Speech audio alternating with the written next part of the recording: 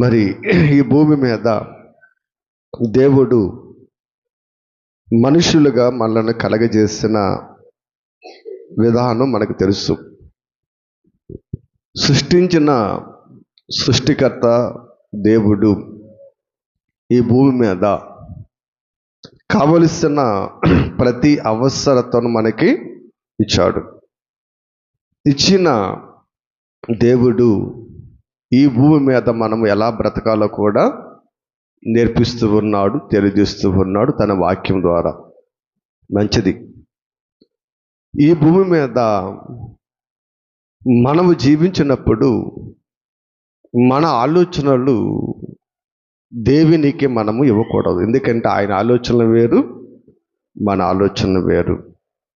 మన ఆలోచనలు ఎప్పుడు ఎలా ఉంటాయంటే మన సుఖాన్ని కోరుకుంటే ఉంటాయి, మన స్వలాభాన్ని కోరుకునేగా ఉంటాయి, మన అవసరతలు తీర్చేవారుగా ఉంటాయి.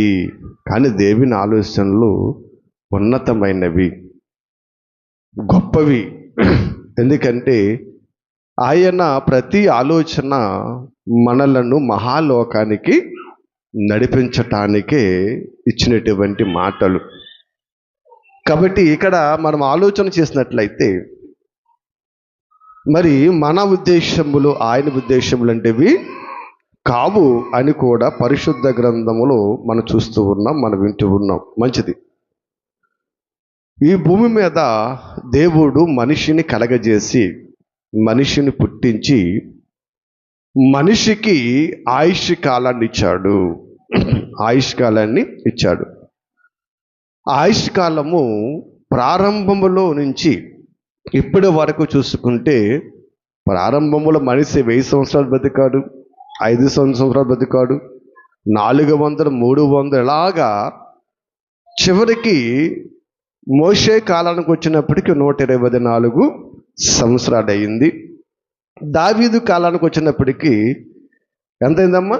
60, 70 సంవత్సరాలు అధిక బలం ఉంటే 80 సంవత్సరాలు అయ్యింది కదా.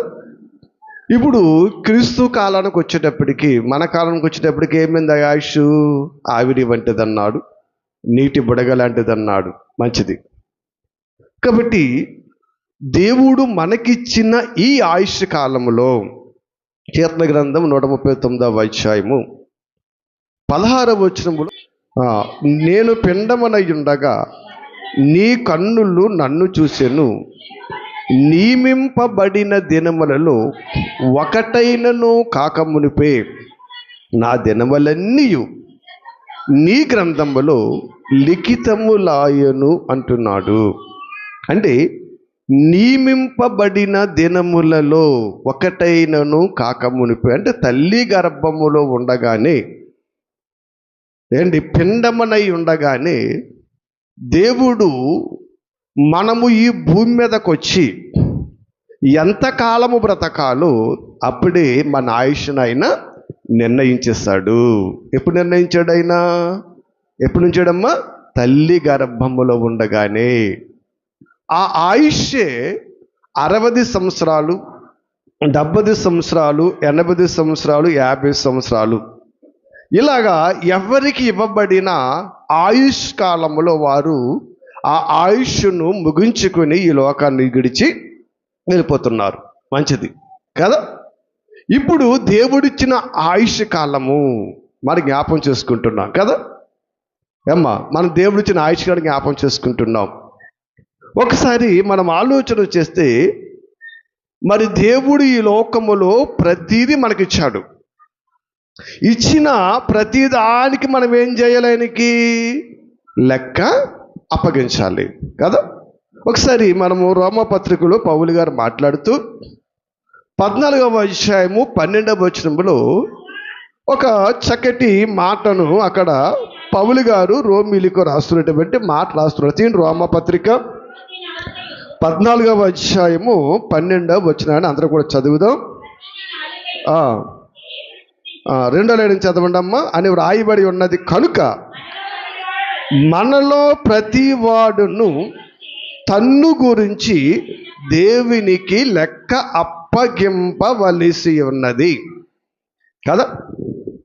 ఇక్కడ పౌలు గారు రాస్తూ ఏమన్నాడంటే, రోమీలకు రాస్తూ ఏమన్నాడంటే, మనలో ప్రతి వాడు కూడా దేవునికి ఏమప్పగించాలి? లెక్క అప్పగించాలి. ఏ లెక్క అప్పగించాలి దేవునికి? లెక్కలు చాలా ఉన్నవి. పాపాల చిట్టా ఉంది, పుణ్యాల చిట్టా ఉంది, మోసాల చిట్టా ఉంది, వేసాల చిట్టా ఉంది, దోచుకునే చిట్టా ఉంది, దేవునికి ఇచ్చే చిట్టా ఉంది, దేవుని కోసం బ్రతికే చిట్టా ఉంది, దేవుని కోసం సమయాన్ని దొంగిలించే చిట్టా ఉంది. ఇలాగ చాలా లెక్కలు ఉన్నాయి. ఎందుకంటే ఏది ఆయన విడిచిపెట్టాడు. ప్రతి దాని గురించి ఆయనకి లెక్క మనము అప్పగించాలి. మంచిదే. లెక్కలు చాలా ఉన్నవి.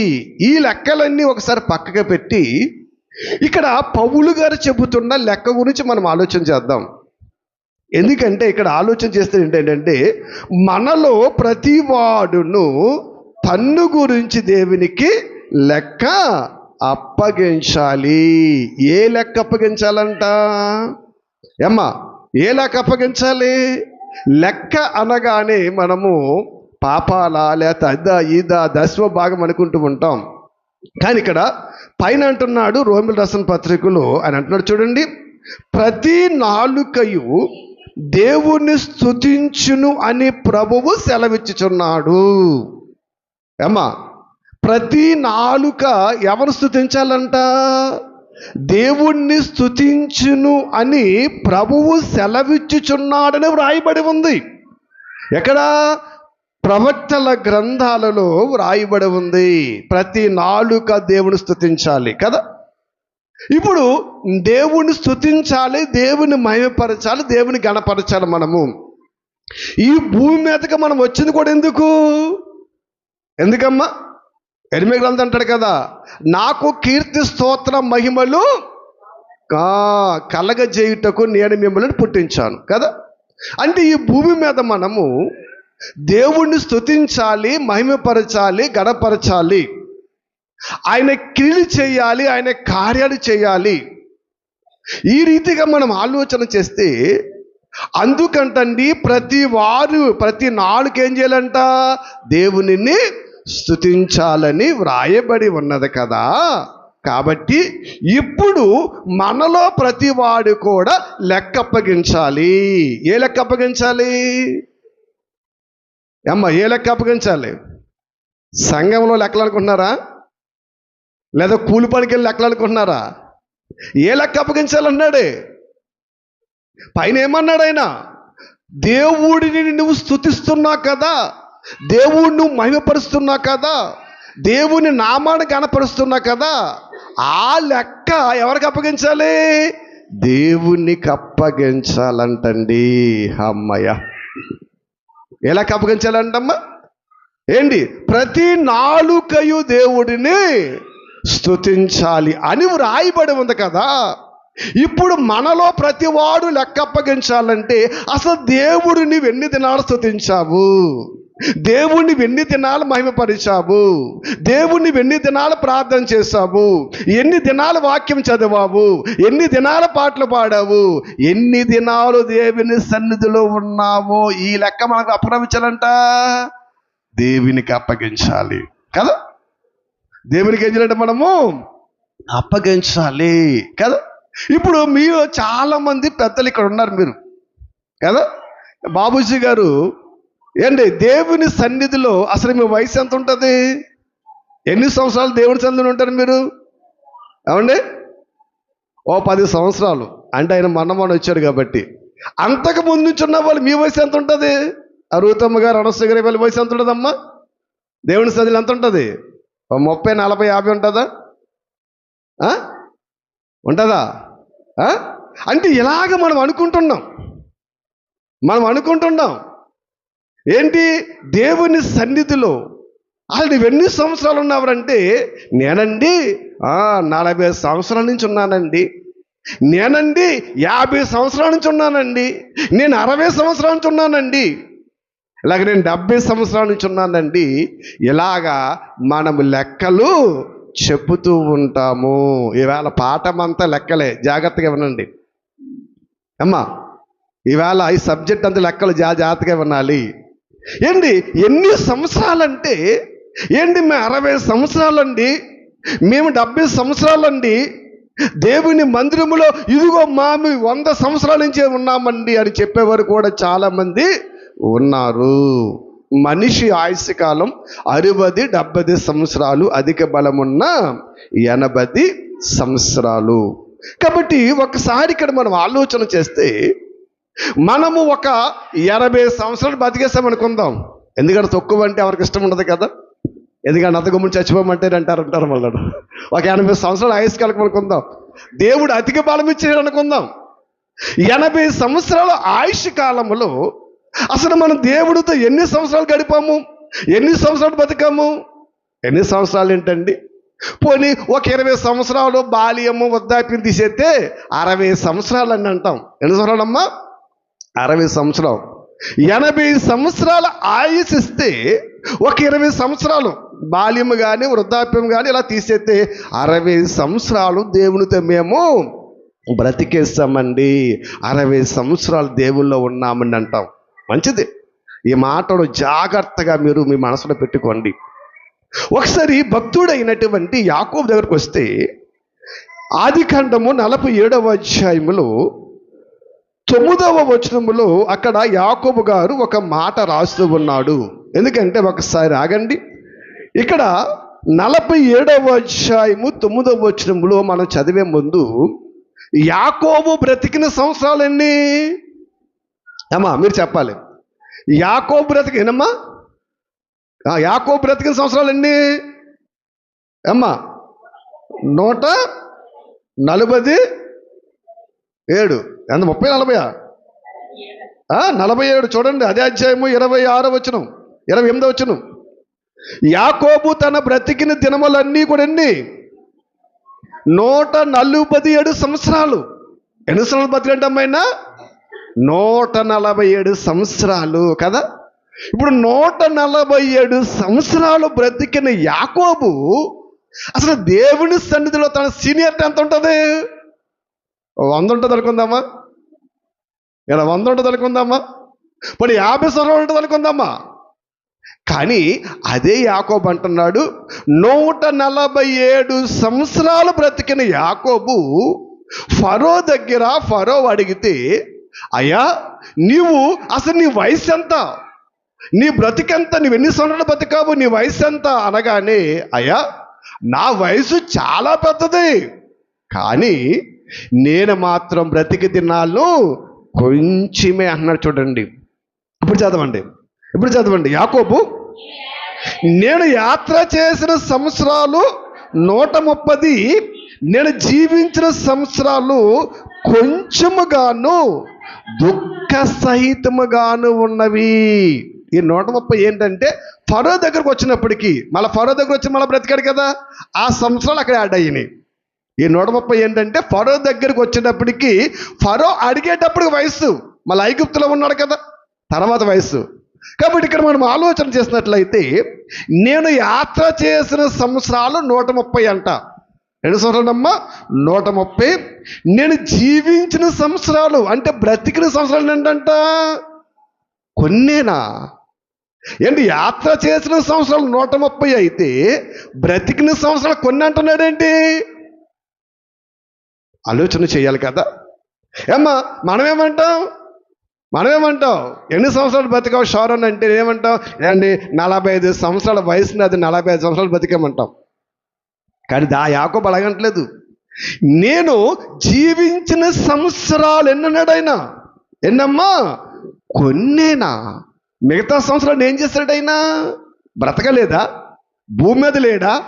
బ్రతికాడు, భూమి మీద ఉన్నాడు.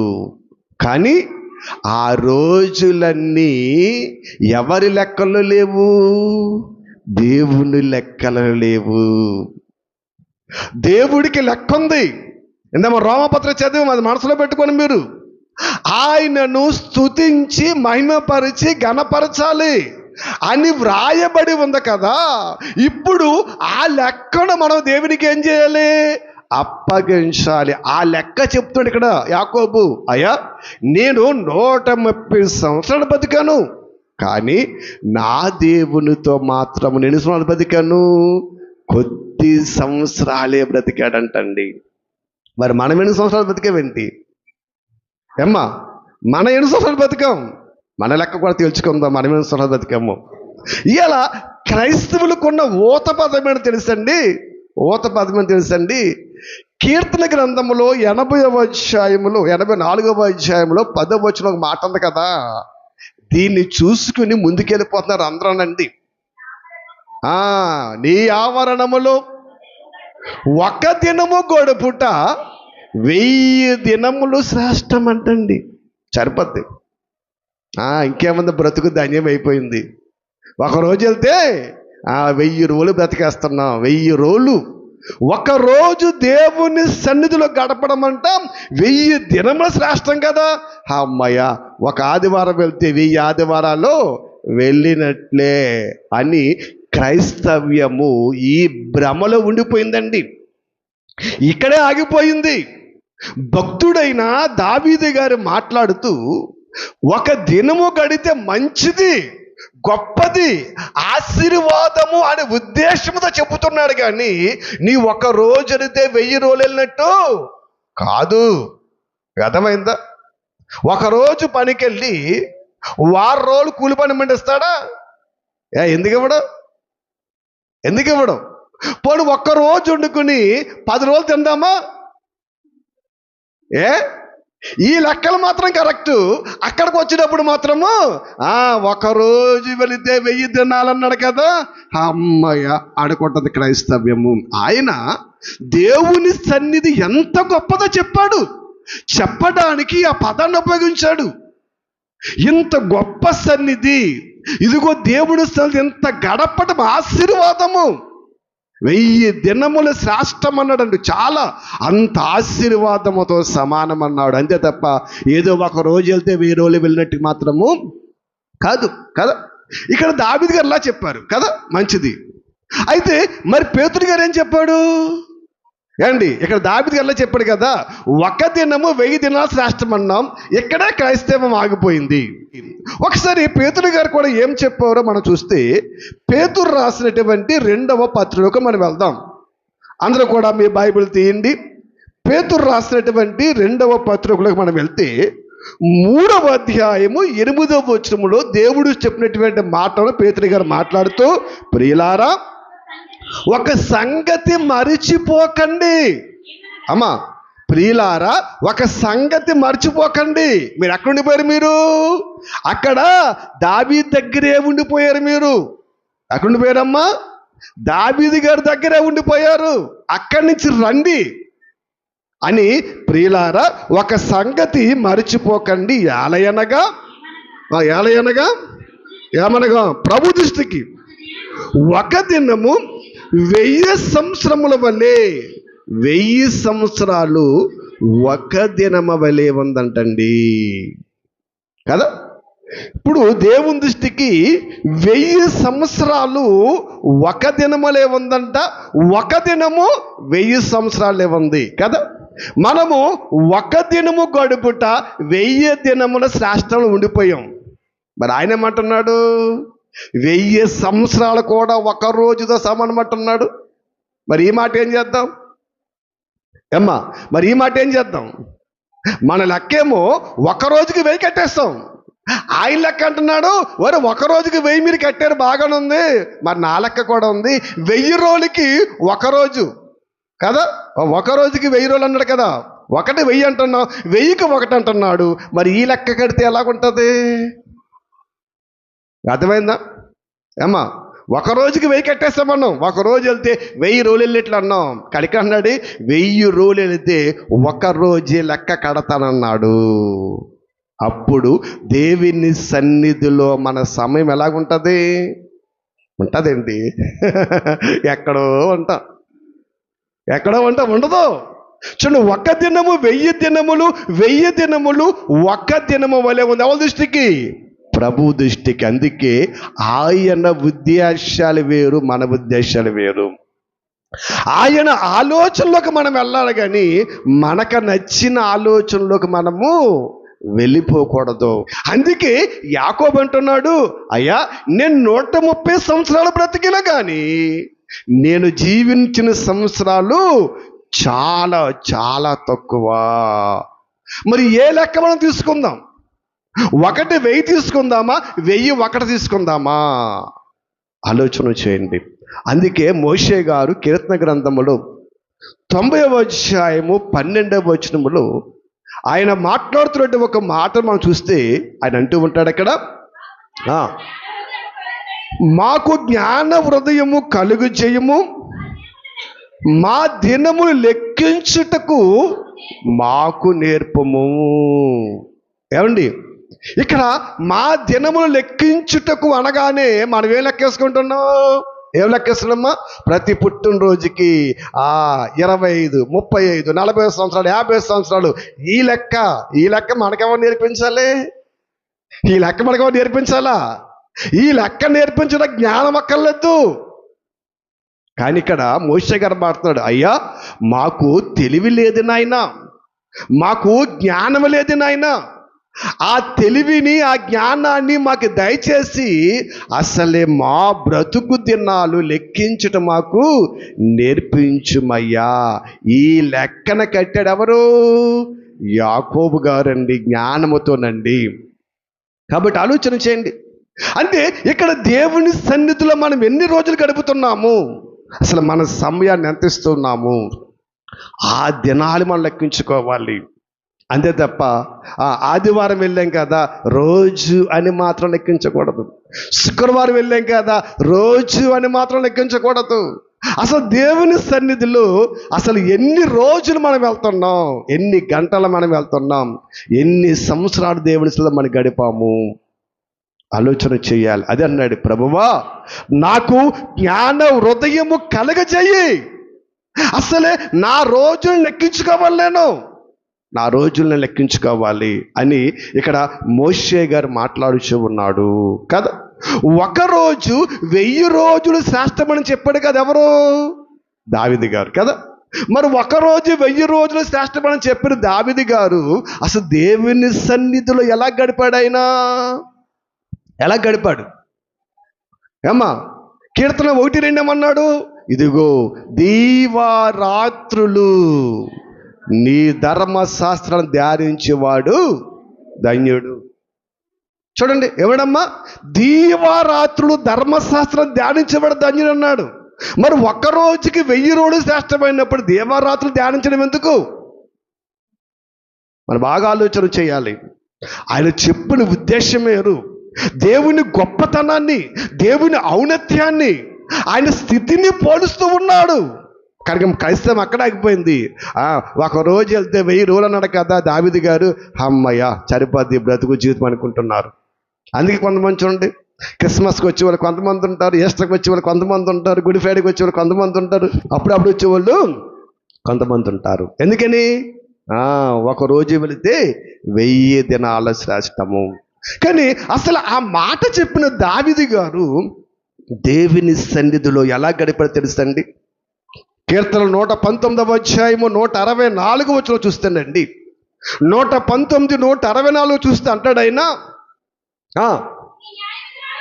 నీ న్యాయ విధులను బట్టి దినమునకు 7 మారులు నేను నిన్ను స్తుతించుచున్నాను. న్యాయ విధులంటే నీ ధర్మశాస్త్రాలను బట్టి, నీ వాక్యాన్ని బట్టి, నీ ఆజ్ఞను బట్టి రోజుకు ఎన్నిసార్లు అంటమ్మా? 7 మార్లు తుచిస్తున్నాడు. మరి మనం ఎన్నిసార్లు తుచిస్తున్నాం రోజుకి? అమ్మా, మనం ఎన్నిసార్లు తుచిస్తున్నాం దేవుని రోజుకి? ఆయన రోజుకి 7 సార్లు ఏం చేస్తాడంట? నా దేవుణ్ణి స్తుతిస్తాడు. దేని బట్టి? నీ వాక్యాన్ని బట్టి, నీ ధర్మశాస్త్రాన్ని బట్టి అంటున్నాడండి. కాబట్టి ఆలోచన చేయండి ప్రభునందు ప్రియమైన దేవుని బిడ్డలుగా. అలాగే 55:17 వెళ్తే అక్కడ అంటాడు ఆయన, కీర్తన గ్రంథము 55:17 వెళ్తే అక్కడ అంటాడు, ఇదిగో సాయంకాలము, ఉదయమున, మధ్యాహ్నము నేను ధ్యానించుచున్నాను. ఎన్ని బిడ్డమ్మా? సాయంకాలం ప్రార్థన చేస్తున్నాడంట, మధ్యాహ్నం ప్రార్థన చేస్తున్నాడంట, ఉదయమే ప్రార్థన చేస్తున్నాడంట. ఏంటి అక్కడేమో రోజుకు 7 సార్లు దేవుడు స్తుతిస్తున్నాడు. దేని బట్టి? వాక్యాన్ని బట్టి, ధర్మశాస్త్రాన్ని బట్టి స్తుతిస్తున్నాడు. ఇక్కడికి వచ్చేటప్పటికి ఏం చేస్తున్నాడు ఆయన? సాయంకాలము, మధ్యాహ్నము, ఉదయము రోజుకు 3 సార్లు ఏం చేస్తున్నాడు ఏమైనా? ప్రార్థన చేస్తూ ఉన్నాడంట. రోజు 3 ఏం చేస్తున్నాడు అమ్మైనా? ప్రార్థన చేస్తూ ఉన్నాడంట. అంతే కదండి. ఇంకా 6:6లో కూడా మీరు చూస్తే అంటాడు ఆయన, 6:6లో కూడా చూస్తే అంటాడు, ఇదిగో ప్రతి రాత్రి నేను నిన్ను మర్ర పెడుతున్నా. ఎలాగా? కన్నీరుతో నేను ప్రతి రాత్రి మత పెడుతున్నాను. చూడండి, అక్కడ సాయంకాలం అంటే రాత్రి కాదు. రాత్రి వేరు, సాయంకాలం వేరు. అర్థమైందా? సాయంకాలం అంటే 6 గంటల వరకు సాయంకాలం అంటారు. 7 దాటితే ఏమంటారు? 7 దాటితే రాత్రి కదా. రాత్రి ఏం చేస్తాడు మళ్ళీ ఆయన? ఏమ్మా కన్నీటి ప్రార్థన అంట. ఆ కన్నీటితో అంటే తన పరుపు ఏమైపోతుందంట? తేలిపోతుందంట. ఏమండి, అసలు దావీదు జీవితంలో దేవునితో ఎక్కువ ఉన్నాడా, ప్రజలతో ఎక్కువ ఉన్నాడా? దేవుడితో ఎక్కువ ఉన్నాడా, రాజ్యంతో ఎక్కువ ఉన్నాడా? అసలే ఆయన చదువుతూ ఇంకా చాలా వచనాలు ఉన్నాయి, చాలా ఉన్నాయి. అన్నీ మీకు చెప్పట్లేదు, ఇంపార్టెంట్ ఇప్పుడు చెప్తున్నాను. అసలు దేవుడితో దావీదు ఉన్న సంబంధం చూడండి. దినమునకు 7 మార్లు ధర్మశాస్త్రాన్ని బట్టి స్తుతిస్తూ ఉన్నాడంట. ఉదయము, మధ్యాహ్నము, సాయంకాలం ఏం చేస్తున్నాడు? ప్రార్థన చేస్తూ ఉన్నాడంట. ప్రతి రాత్రి కూడా ఏం చేస్తాడంటమ్మా? కన్నీటితో ప్రార్థన చేస్తూ ఉన్నాడంట. ఇది ఎవరి లెక్క? ఇది ఎవరి లెక్కమ్మా? దావీదు గారి లెక్క. దావీదు గారి లెక్క కదా. అసలు మన లెక్క ఎంత ఉంది దేవుళ్ళో? అసలు మనము దేవునిలో అసలు ఎన్ని రోజులు ఉన్నాము, ఎన్ని దినాలు ఉన్నాము? మీలో ఎవరైనా సరే రోజుకు నేను 3 సార్లు ప్రార్థన చేస్తున్నాను అనేవారు ఉన్నారా? చేయిపెగెత్తండి. దేవుడు స్తోత్రము. మంచిది. ఏమ్మా, రోజుకు 3 సార్లు ఈజీగా ప్రార్థన చేసుకోవచ్చు, పెద్ద కష్టమేం కాదు. ఆలోచన చేయండి. అలాగే 7 మార్లు దేవుడు స్తుతిస్తున్నాడంట. ధర్మశాస్త్రం చదువుతాము, ఆయన నామాన్ని గణపరచటము. చూడండి, మనము రోజుకి ఒక్కసారి ప్రార్థన చేయడమే మనకు చాలా కష్టమైపోతుంది. ఏది? పడుకునేటప్పుడు. కొంతమంది ఉదయం లేచినప్పుడు ప్రార్థన చేస్తారు, మంచిది. ఎందుకంటే ప్రార్థన మన దేవుడితో ఎంత చేస్తే అంత మంచిది. ఆయనతో మన సత్సంగము కలిగి ఉండాలి. ఎందుకంటే 147 సంవత్సరాలు బ్రతికిన యాకోబు అంటున్నాడు, అయ్యా నా దినములు కొద్దిగానే ఉన్నాయి, చాలా తక్కువగానే ఉన్నాయి అన్నాడు. మరి అసలు దేవుని సన్నిధిలో అసలు మన దినాలు ఎన్ని ఉన్నాయి? ఒకసారి మన లెక్క కూడా మనం చూసుకుందాం కదా. నాకన్నా కదా బాబుజీ గారు, నేను 10 సంవత్సరాలు అన్నారు, నేను 50 సంవత్సరాలు అన్నారు, నేను 60 సంవత్సరాలు అన్నారు, నేను 80 సంవత్సరాలు, నేను 30 సంవత్సరాలు. ఇలాగా ఎవరి లెక్క వారికి ఉంది. అయితే మనం లెక్కకు వద్దాం కదా. ఒక 80 సంవత్సరాలు దేవుడు మనకు ఆయుష్ ఇచ్చాడు అనుకుందాం. ఆ 80లోను ఒక 20 సంవత్సరాలు తీసేద్దాం. 2 సంవత్సరాలమ్మా, 20 సంవత్సరాలు తీసేద్దాం. ఇంకా మన బ్రతుకాలం ఎంత? 60 సంవత్సరాలు మన బ్రతకం కదా. ఈ 60 సంవత్సరాలలో అసలు దేవుని కోసం ఎన్ని రోజులు బ్రతికావు? ఈ 60 సంవత్సరాలలో దావీదు చెప్పినట్లు, యాకోబు చెప్పినట్లు ఆయన సన్నిధిలో అసలు మన దినాలు ఎన్ని ఉన్నవి ఆలోచన చేద్దాం. చాలా జాగ్రత్తగా దేవుని వాక్యాన్ని వినండి కదా. మనం ఆదివారం దేవుని ఎన్ని గంటలు ఉంటున్నాం? 2 గంటలు, అంతే కదమ్మా. ఆదివారం దేవుని సన్నిధిలో 2 గంటలు ఉంటున్నాం. అంటే ఆదివారం వారానికి ఒక రోజు 2 గంటలు ఉంటున్నాం కదా. సంవత్సరానికి ఎన్ని వారాలు? 52 వారాలు.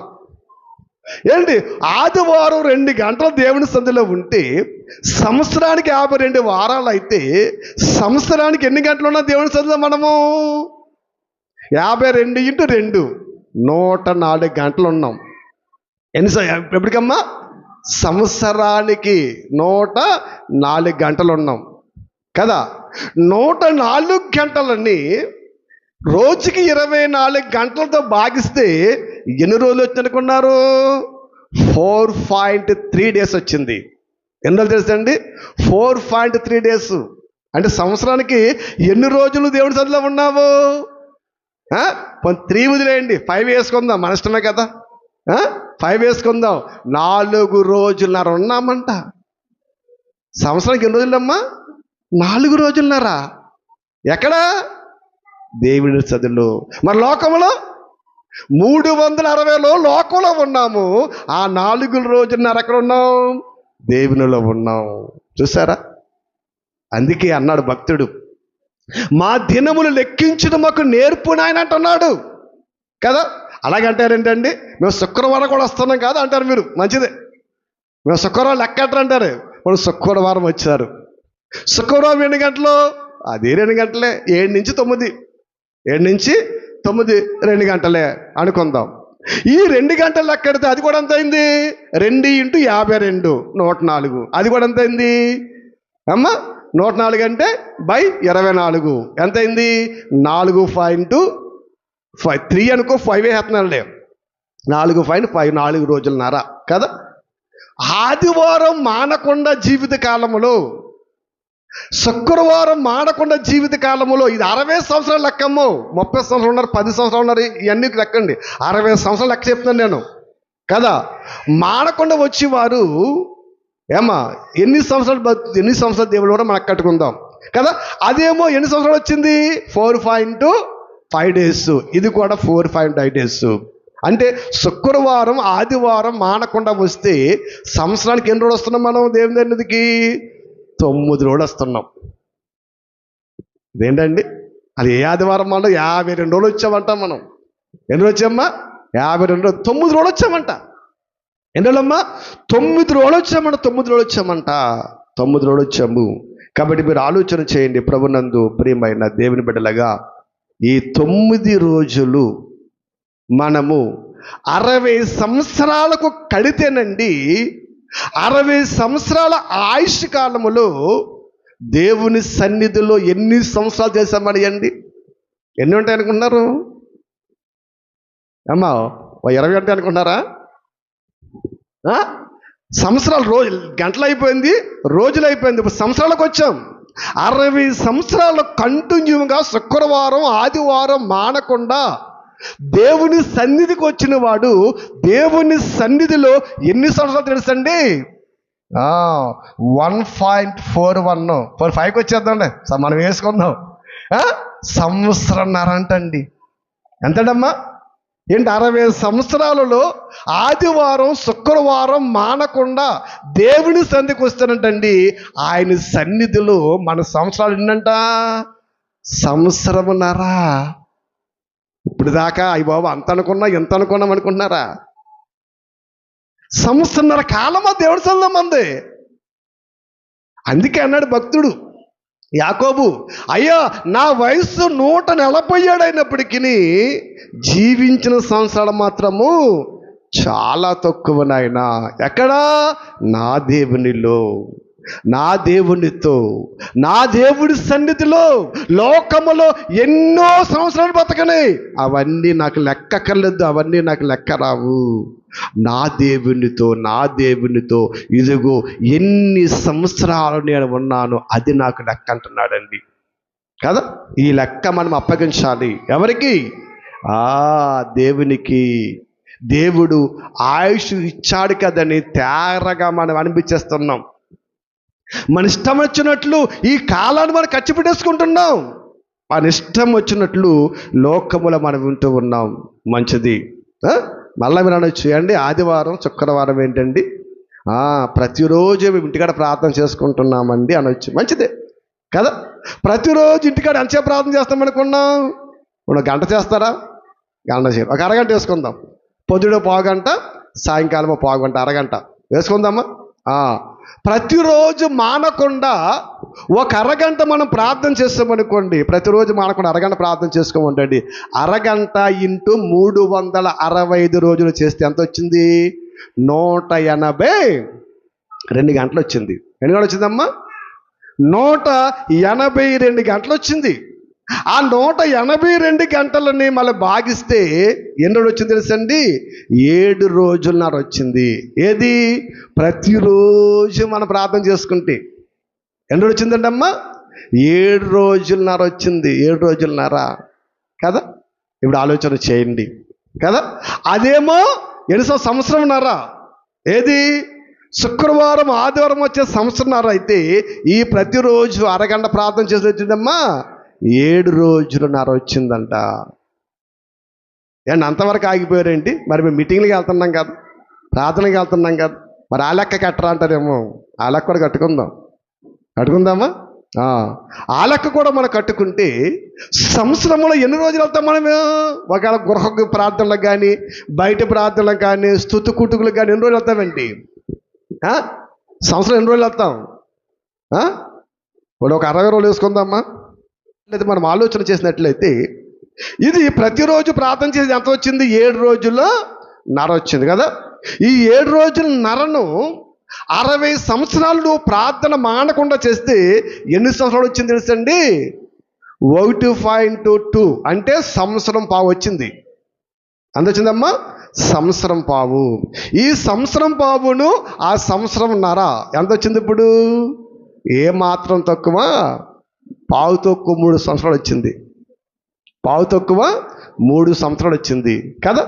ఇప్పుడు బయటికి వెళ్ళి ప్రార్థన మనం లెక్క కట్టామనుకోండి, అక్కడికి వెళ్ళి ప్రార్థనలు, ఇక్కడికి వెళ్ళి ప్రార్థనలు, ఇవన్నీ మనం లెక్క కట్టామనుకోండి. పోనీ ఆ లెక్క మనం వేసామనుకోండి, ఆ లెక్క ఎంత వస్తుంది? బయటికి వెళ్ళి మీటింగులకి రోజు 2 గంటలంటే, రోజుకి 2 గంటలంటే 60 రోజులు వేసామనుకోండి, 120 గంటలు. 120 గంటలంటే 5 రోజులు. సంవత్సరానికి 5 రోజులు. 60 సంవత్సరాలు నుండి వస్తుంది 60 × 5 300. 300 అంటే అదో సంవత్సరం వేసుకుందాం. పోనీ అదొక సంవత్సరం వేసుకుందాం. ఇలాగా ఈ లెక్కంతా కడితే దేవుని సన్నిధిలో మన బ్రతుకు కాలం అని తెలుసండి. ఎన్నొస్తానుకున్నారు? మా లెక్క అయితే ఒక 4 సంవత్సరాలు వస్తుంది. మన బ్రతికెన్ని సంవత్సరాలు? 60-70 సంవత్సరాలు మనం బ్రతుకుతున్నాం. కానీ దేవుడితో సత్సంగము కలిగి ఇంతకంటే ఎక్కువ చేసే వాళ్ళు ఉన్నారు. ఎందుకంటే దేవుడితో బైబిల్ ఎక్కువ చదివే వాళ్ళు ఉన్నారు, ప్రార్థన ఎక్కువ చేసే వాళ్ళు ఉన్నారు, పాటలు పాడే వాళ్ళు ఉన్నారు. అవన్నీ చాలామంది ఉన్నారు. అంటే రాని వాళ్ళు లెక్క చెబుతున్నాను, ఎందుకంటే ఇంతకంటే ఎక్కువ ఉన్నారు. కాబట్టి ఇక్కడ మనం ఆలోచన చేసినట్లయితే ఎన్ని సంవత్సరాలంట? ఈ 60 సంవత్సరాల జీవిత కాలములో దేవుని తెలుసు బ్రతికేమంట 4 సంవత్సరాల సంబంధం కలిగి ఉన్నామంట. మరి మిగతా 54 సంవత్సరాలు ఇదిగో లోకములో మన ఇష్టానుసారముగా మన కుటుంబాల కోసం మనం కష్టపడుతూ, లేదా మన పనులు మనం చేసుకుంటూ ఇలాగ మనము వెళ్ళిపోతున్నాము. కాబట్టి ఆలోచన చేయండి. అందుకే ప్రార్థనకు రండి, సమయానికి రండి, దేవుని సన్నిధిలో ఎక్కువగా మీరు గడపండి అని ఎందుకు చెప్తున్నాను తెలుసండి? ఆయన సన్నిధికి నీవెన్ని రోజులు వచ్చావో, ఆయనకి ఎన్నిసార్లు ప్రార్థన చేశావో, నీ ఇంటిలో కానీ సన్నిధిలో కానీ ఎక్కడెక్కడ ఎన్ని రోజులు నీ వాక్యం విన్నావో అవన్నీ కూడా దేవునికి ఏమప్ప చెప్పాలి? లెక్క అప్పచెప్పాలండి. లెక్కనగానే చాలా లెక్కలు ఉన్నవి, కానీ ఈరోజు మన లెక్కకు చూసుకుంటున్నాం కదా. 60-70 సంవత్సరాల దేవుడికి ఆయుస్సు కాలం ఇస్తే ఆయనకి ఎన్ని సంవత్సరాలు ఇచ్చావు? ఎన్ని సంవత్సరాలు? 4 సంవత్సరాలు. మనం అనుకుంటున్నాం, ఏమండి నేను బాప్తిసం తీసుకుని 50 సంవత్సరాలు అయ్యిందండి. 50 సంవత్సరాలు ఎక్కడున్నావంట? దేవుల్లో ఉన్నావా? లేదు. ప్రభునందు ప్రియమైన దేవుని బిడ్డలుగా, ఎందుకంటే మన కుటుంబాల కోసం మనం కష్టపడాలి, మన బ్రతుకు దేవుడు మనం చూసుకోవాలి, కాదంటలేదు. కానీ దేవునికి ఇంటి కాడైనా ఎక్కడి నుంచి సమయం ఇవ్వడానికి ఆలోచన చేయండి. బైబిల్ చదవండి, పాటలు పాడుకోండి, గృహ ప్రార్థన చేసుకోండి. ఎంత ఎక్కువ సమయము దేవునిలో నువ్వు గడిపితే అన్ని దినాలు నీలేమవుతాయి? యాడ్డవుతాయి. లేదా ఆదివారం 2 గంటలు, శుక్రవారం 2 గంటలు, ప్రతిరోజు అరగంట, అప్పుడప్పుడు ప్రార్థనలు అన్నావా? ఎన్ని సంవత్సరాలు ఉన్నాం మనకి? 4 సంవత్సరాలు. రేపు వదిన దేవుడు మనల్ని అక్కడ నిలబెడతాడు. నిలబెట్టి, అయ్యా ఇగో షారోను, నీకు ఇచ్చిన ఆయుష్ ఇదిగో 60 సంవత్సరాలు ఇచ్చాను అని తక్కిడిలో పెట్టాడు.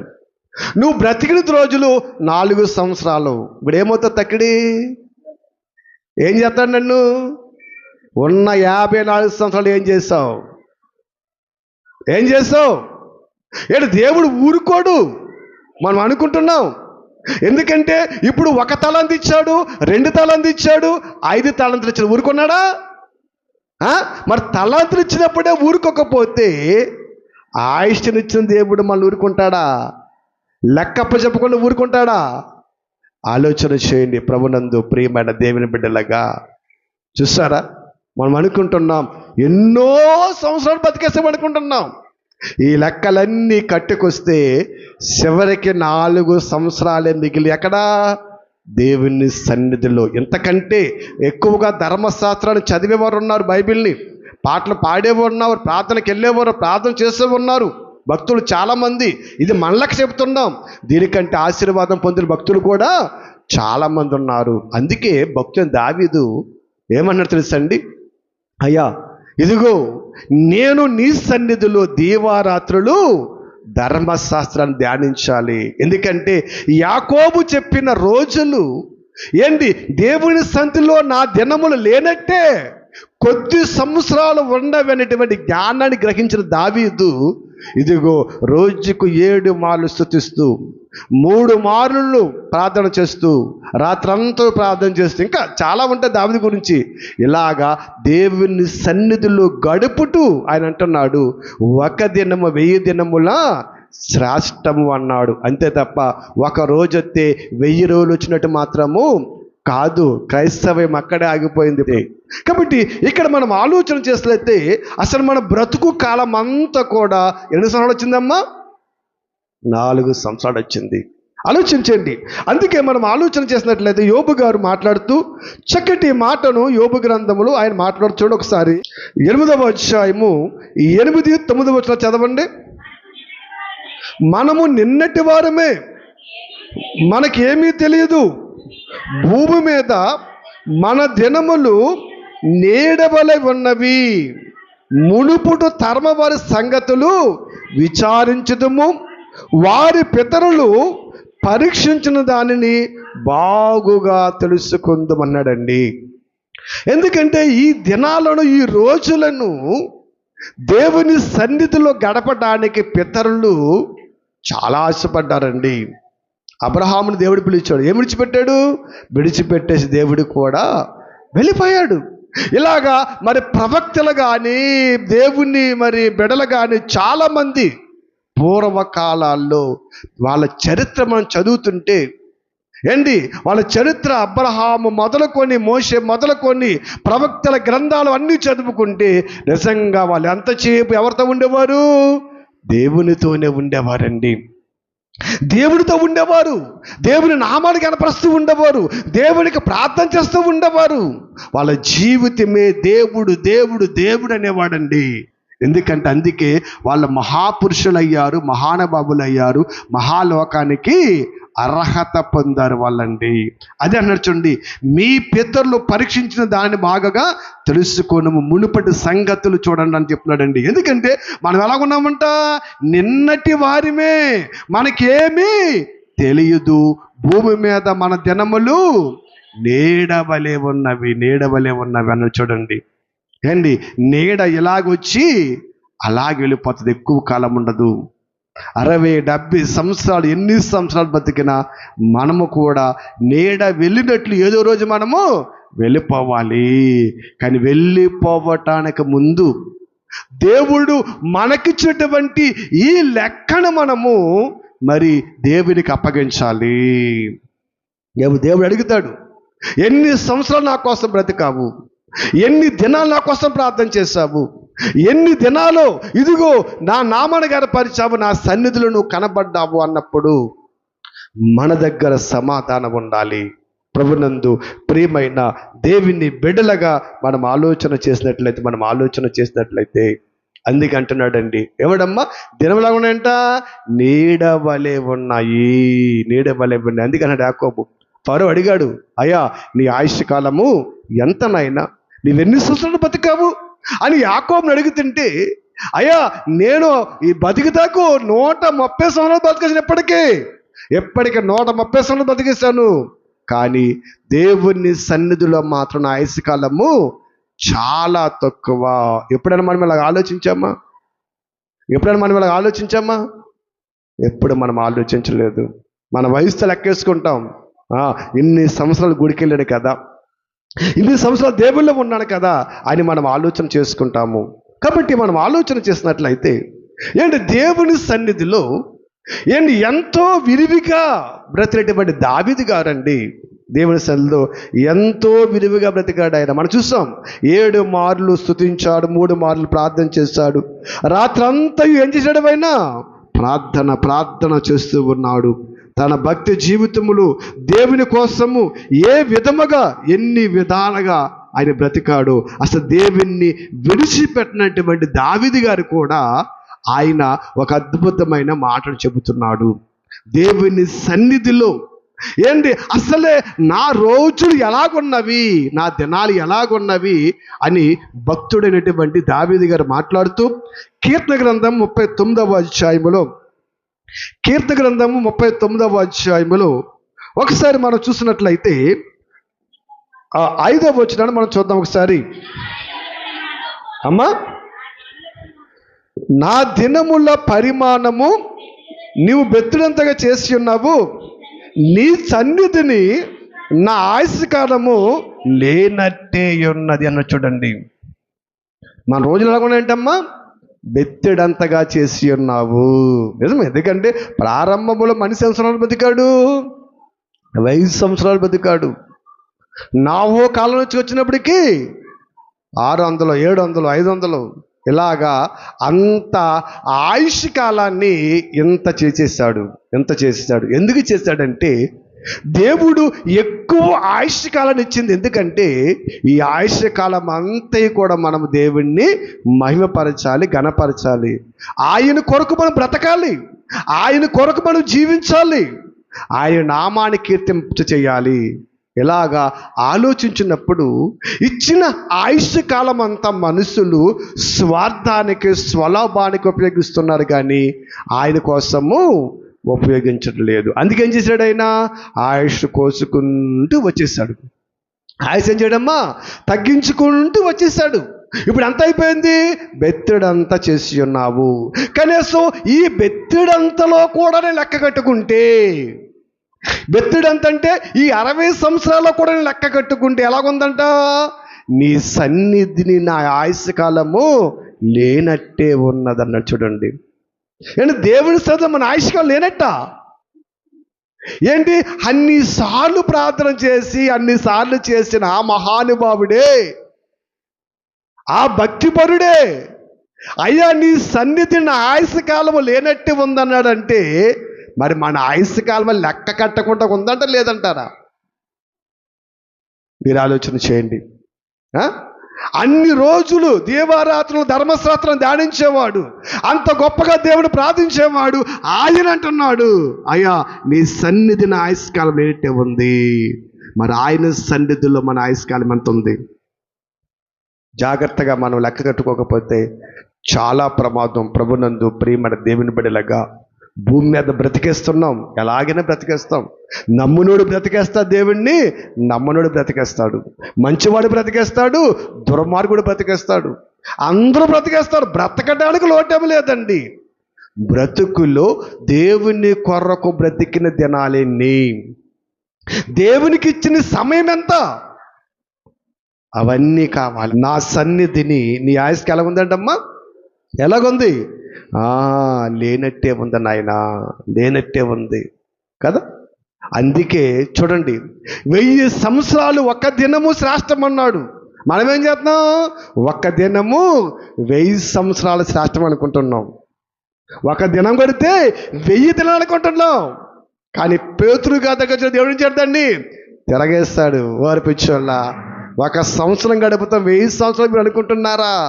నా దృష్టి ఎలాగో తెలుసా, 1000 కూడా నేను ఒకటి చేస్తాను అంటున్నాడండి. 1000 కూడా ఒకటి చేస్తానంటున్నాడు. ఆయన ఎలాగైనా చేయగలడు.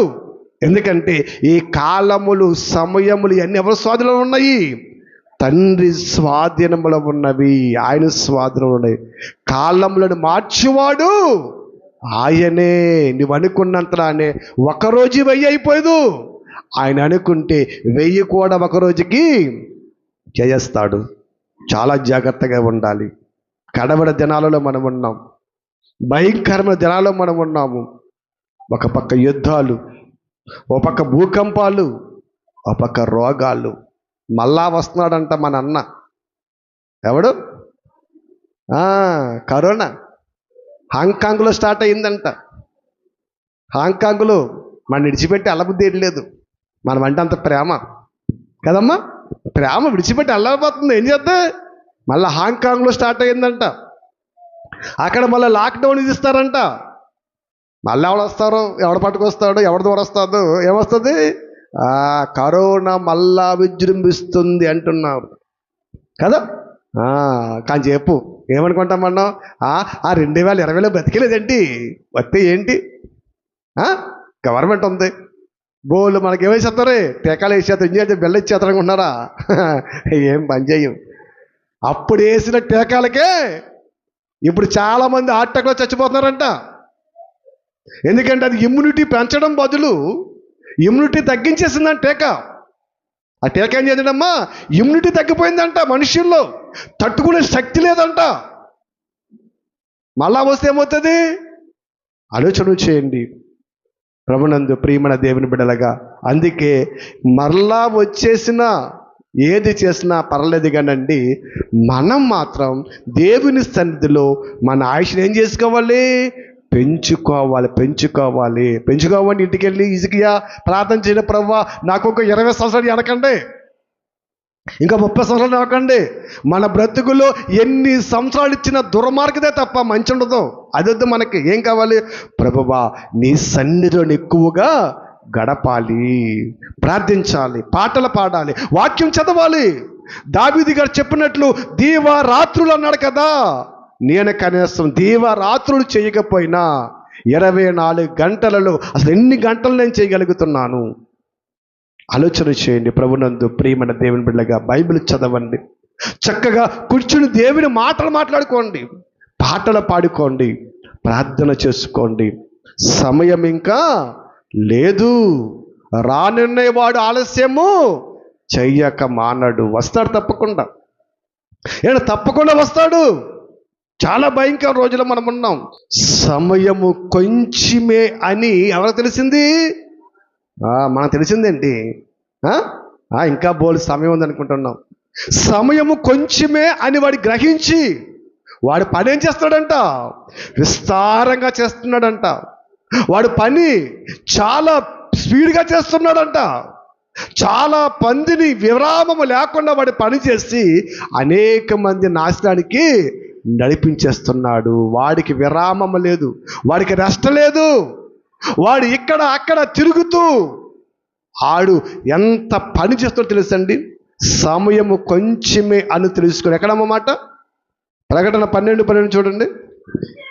అందుచేత పరలోకమా, పరలోక నివాసులారా, 12 చదువుమా. అపవాది తనకు సమయము కొంచెమే అని తెలుసుకొని బహుకోపము గలవాడై మీ యొద్దకు దిగి వచ్చి ఉన్నాడని చెప్పెను. అపవాది తనకు సమయము కొంచెమే అని తెలుసుకున్నటండి బహుక్రోధము గలవాడై. బహుక్రోధం అంటే కోపము గలవాడై, ఉగ్ర రూపము గలవాడై, భయంకరమైన కోపముతో ఏం చేయడైనా మన మధ్యకి దిగి వచ్చాడంట. ఎందుకు మనందరినీ కూడా దేవుని సన్నిధిలో గడపకుండా, దేవుని కొరకు బ్రతకకుండా, దేవుని ఆలోచన జీవించకుండా ఇదిగో నాశనానికి నడిపించేయడానికి. ప్రభునందు ప్రియమైన దేవుని బిడ్డలాగా సమయాన్ని ఎంత ఈజీగా మనం ఖర్చు పెడుతున్నాం. ఎంత ఈజీగా మనం ఖర్చు పెడుతున్నామండి. చాలా ఈజీ. ప్రభునందు ప్రియమైన దేవుని బిడ్డలాగా, ఒకప్పుడు ఏమీ లేని సమయంలో చక్కగా కూర్చుని దేవుని గురించి దేవుని ఆలోచన చేసేవాళ్ళము. ఇవాళ ప్రపంచము మన అరిచేతిలో ఉంది. ఎక్కడుందమ్మా? ప్రపంచం ఎక్కడుంది? మన అరిచేతిలో ఉంది. ఏంటది? ఏంటమ్మా? ఒక్కసారి టచ్ చేస్తే తలకాయ బయటికి రావడానికి చాలా సమయం పడుతుంది. రానవదండి. ఒక్కసారి టచ్ చెయ్యి, ఇది చూడు ఇంకా బాగుంటుంది, కింద ఇంకా బాగుంటుంది. వాళ్ళు ఎడ్డింగ్లు కూడా చూడండి చక్కగా పెడతారు. ఇదేంటంటావు ఇంకా గంటల ధరబడి చూడటమే. గంట కన్నా 10 నిమిషాల వాక్యం ఎక్కువైతే మాత్రము ముగించండి. ఇంకా చూడండి ఆ లోకం ఎటువంటి పరిస్థితులకు వెళ్ళిపోయిందో, ఎంత భయంకర పరిస్థితికి వెళ్ళిపోయి చూడండి. అదే దీంట్లో తలకా పెడితే అమ్మ అన్నను కేకేసినా తింటాలే కొంచెం అంటే ఏదో పెద్ద పని చేసినట్టు తింటాంలే, అక్కడికి వెళ్తాంలే, ఏది ఇది మన ఉత్తరం చేసినట్టు. ఇందులో ఏం చూస్తాం మనం? పనికొచ్చి ఏమైనా ఉన్నాయా? ఉన్నాయి, కానీ అవి చూడం మనం. ఇందులో పనికొచ్చేది ఉంది, పనికిరాంది ఉంది, బాగు చేసేసి ఉన్నాయి, పాడు చేసేసి ఉన్నాయి. కానీ మనం ఎక్కువ ఏం చూస్తాం తెలుసండి? పనికి రానవి, పాడు చేసేవి మనం చూస్తూ ఉంటాం. ఇంకందుచేపు తల అందులో పెడితే బయటికి రావడం కష్టం. అపవాది ఎంత తెలివిగా మళ్ళీ మోసం చేస్తున్నాడు ఆలోచించండి. దేవునికి ఇవ్వాల్సిన సమయాన్ని మనము దేవునికి ఇవ్వాలి. అందుకే సమయం మనం ఏం చేయకూడదమ్మా? దొంగిలించకూడదు. సమయాన్ని ఏం చేయమన్నాడు ఆయన? సమయాన్ని మీరు దొంగిలించకండి. ఆయన సమయాన్ని ఆయనకివ్వండి. సమయాన్ని దొంగిలిస్తూ ఉన్నారు. ఆ సమయాన్ని దొంగిలించి మీ ఇష్టం వచ్చినట్లు వృధాగా పాడు చేస్తే రేపొద్దున్న ఆయన వచ్చి లెక్క అడుగుతాడు. 60 సంవత్సరాలు నీకు ఇచ్చాను, ఈ 60 సంవత్సరాలలో ఇదిగో ఎన్ని సంవత్సరాలు నన్ను స్తుతించావు, ఎన్ని సంవత్సరాలు నన్ను మహిమపరిచావు, నా వాక్యాలు చదివావు, నా పాటలు పాడావు, నన్ను కనపరిచావు, నా సన్నిధిలో ఉన్నావు అని దేవుడు అడిగితే మన దగ్గర సమాధానం ఉందా?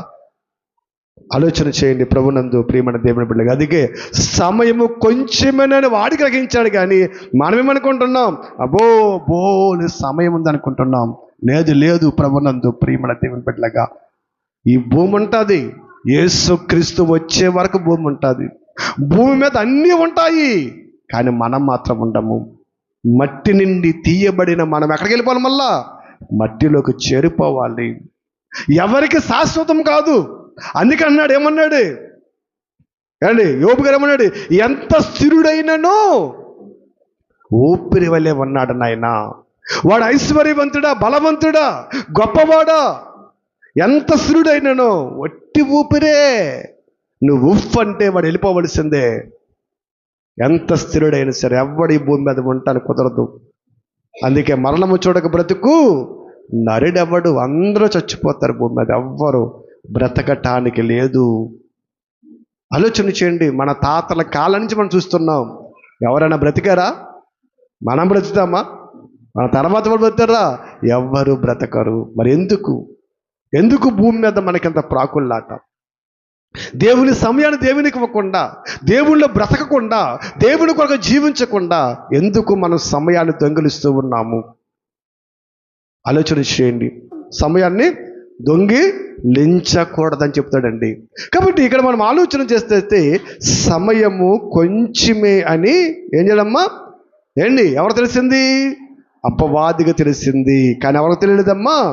మనకు మాత్రము తెలియలేదు. అందుకే భక్తుని దావీదు అన్నాడు, అయ్యా దేవునిలో అంత స్తుతి చేసి అంత మహిమపరిచేసిన ఆయన అంటున్నాడు, నీ సన్నిధిని నా ఆయుష్కాలము లేనట్టే ఉందయ్యా. ఎంత స్థిరుడైనను ప్రతివాడు కేవలం ఒట్టి ఊపిరి వలె ఉన్నాడు అని చెప్పి కిందకు చూడండి. మనుషులు ఒట్టి నీడ వంటి వారై తిరుగులాడుదురు. ఎలా ఉన్నారటమ్మా? ఒట్టి నీడ వంటి వారు ఏం చేస్తున్నారంటే వీళ్ళు తిరుగులాడుతున్నారు. ఎక్కడ? లోకములో తిరుగులాడుతున్నారు, దేవుని కోసము కాదు అని చెప్తున్నారు.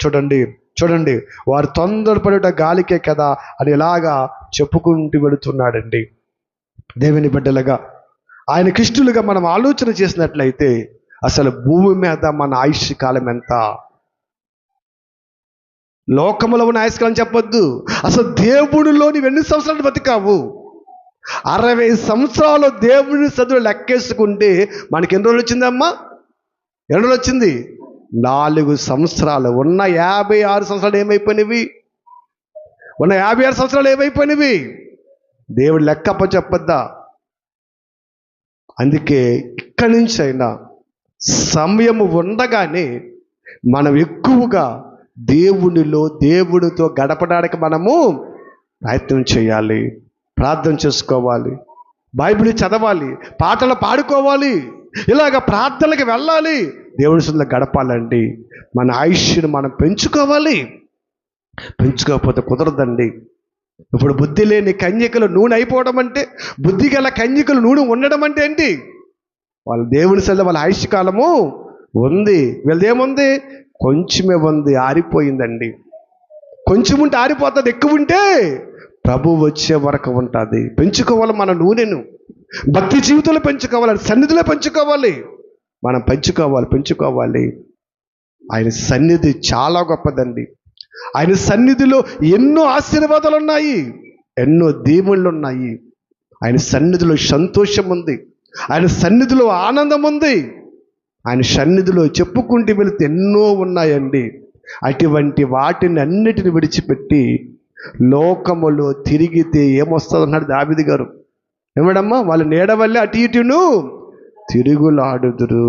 కాబట్టి ఆయన సన్నిధిలో మనం కూర్చుంటే, ఆ 2 గంటలు ఆయన మాటలు వింటే, అందరితో కలిసి వచ్చినా రాకపోయినా నోరెత్తి పాట పాడితే, నోరెత్తి ప్రార్థన చేస్తే అవన్నీ దేవుడు లిఖిస్తాడు.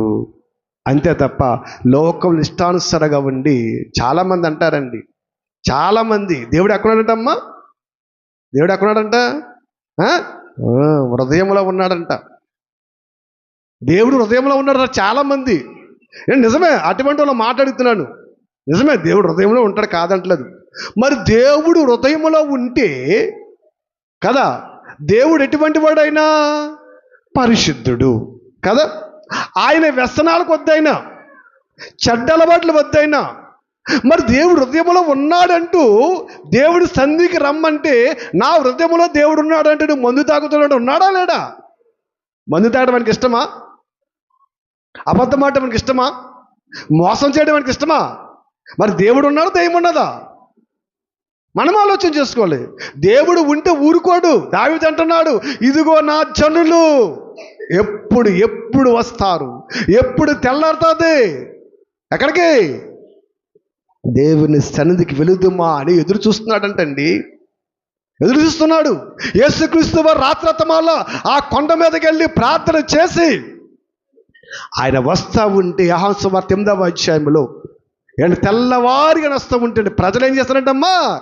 వీధుల్లో చూస్తున్నారంట. ప్రభు ఇప్పుడు వస్తాడు సన్నిధిలోకి. ఆయన వచ్చి కూర్చుండగానే వీళ్ళందరూ ఏం చేశారంట? వచ్చి కూర్చుండేవారంట. అటువంటి భక్తి జీవితం ఉందా? లేదు. పాస్టర్ గారు ప్రార్థన చేసి పాడి పాడి పాడి గొంతులు పెడితే అప్పుడు వస్తాం మనం. ఆదివారం అన్ని పనులను, శనివారం పనులు గుర్తురావు, సోమవారం పనులు గుర్తురావు, ఆదివారం బట్టలు ఉతుక్కోవాలి, ఆదివారం మాంసం తెచ్చుకోవాలి, ఆదివారం అన్ని పనులు పెట్టుకుంటాం.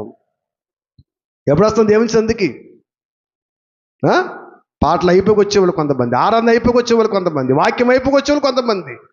మరి దేవుని సన్నిధిలో నీ దినం లెక్కించుకోవా? ఎన్ని గంటలు దేవుళ్ళో ఉంటాం లెక్కపు చెప్పొద్దా? మాకు అప్పచెప్పకలేదండి, రేపు దేవునికి అప్పచెప్పాలి. ఆయన ఊరుకోడు, తాట తీసేస్తాడు. ఆయన ఏదనుకుంటున్నారేమో, యేసుక్రీస్తు శిలువ మీద ఉండి శత్రువులు క్షమించమని ప్రార్థన చేస్తాడు కదండి, అది అప్పుడు. ఇప్పుడు అలా రాడు. ఇప్పుడు ఏం చేస్తాడు? తోలు తీసేస్తాకు వస్తున్నాడు. ఇప్పుడు క్షమించమండలకు వస్తున్నాడు. తీసుకెళ్ళండి, పడాయి, ప్రభువా ప్రభువా మాట్లాడుకో, వెళ్ళపో అన్నాడు అంతే. అప్పుడు దొంగ ప్రభువా అంటే నేనున్నానన్నాడు. ఇప్పుడు అదే దొంగ ప్రభువా అంటే నోర్మై వెళ్ళ నరకానికి అంటాడండి. అప్పటికిప్పుడు చాలా డిఫరెన్స్. చాలా జాగ్రత్తగా బ్రతకాలి. కొద్ది రోజులే మన ఆయుష్ కాలం. దేవునిలో మన దినములు ఎన్ని ఆలోచన చేయండి. 60-70 సంవత్సరాలు అండి. నువ్వు ఉర్రుగుపోకు. అవన్నీ లెక్కలో రావు. దేవుని కోసం నువ్వు ఎంతకాలం బ్రతికావో అదే లెక్కలకు వస్తుంది. అందుకన్నాడు యాకోబు, అయ్యా నా దినములు కొద్దివే అన్నాడు. అందుకే దావీదు, నీ సన్నిధిని ఆయుష్కాలము లేనట్టే ఉంది.